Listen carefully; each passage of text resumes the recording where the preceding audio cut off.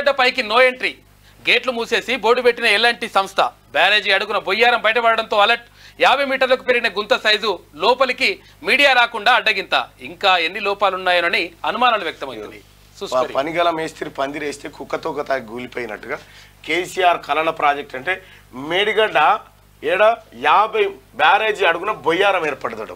ఇంత పెద్ద ఉంటది అడిగాది 50 మీటర్ల కంట 50 మీటర్లు పెరిగిందట సైజు. 50 మీటర్లు నలుగురు పడతారట ఆ పొక్కల. 50 మీటర్లు అంటే ఎంత అంటే లోపలికి ఇంకా మొత్తం 50 మీటర్లు లోపలికి వెళ్ళిపోయింది. ఇది కేసీఆర్ కట్టిన కటకమయ్య. ఏమైంది గింత కదిలితే ఏమైంది పర్యపడితే 50,000 మంది రైతులతో పోతా అని చెప్పినవుగా కేసీఆర్.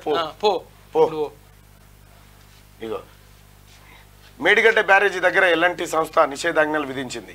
గేట్లు మూసేసి బ్యారేజీ దగ్గర నో ఎంట్రీ బోర్డును ఏర్పాటు చేసింది. అనుమతి లేని వారికి నో పర్మిషన్ రాసిపెట్టింది. గత బీఆర్ఎస్ సర్కార్ తరహాలోనే మీడియాను రాకుండా అడ్డగిస్తున్నది. బీఆర్ఎస్ హయాంలో కన్నెపల్లి లక్ష్మీ పంప్ హౌస్ గోడగులి 17 బాహుబలి మోటార్లు నీట మునిగిన సమయంలో ఇలాగే నిషేధం విధించారు. మెగా కాంట్రాక్ట్ సంస్థ మీడియాను ప్రజాప్రతినిధులను ఎవరిని రానియకుండా ఆపేసింది. ఎన్ని విమర్శలు వచ్చినా గేట్లు తీయలేదు. ఇప్పుడు ఎల్ఎన్టీ కాంట్రాక్ట్ సంస్థ కూడా పాత పద్ధతిని అవలంబిస్తుందని చర్చ జరుగుతూ ఉంది. ఇప్పుడు ఎల్ఎన్టీ సంస్థ కూడా ఎవరిని రాణిస్తలేదు అక్కడికి. అంటే కేసీఆర్ కట్టిన కటకంతో ఓనాడు బస్సులేసి బయట రాష్ట్రాల నుంచి తీసుకొచ్చి చూపించిండు. ఏం పాడైంది మేడిగడ్డ. నేను మొత్తుకున్న మొర్రో 2016-17 నుంచి ఇది మనని జాదాదరా నాయన, దీన్నే మనం జాదాలని చెప్పిన ఇలా ఫలితం వస్తూ ఉంది. 4 గేట్లు కట్ చేయాల్సిందే. మేడిగడ్డలో మరో 2 గేట్లను తొలగించాలంటున్న అధికారులు. ఇప్పటికే 20-21 గేట్లను తీసేయాలన్న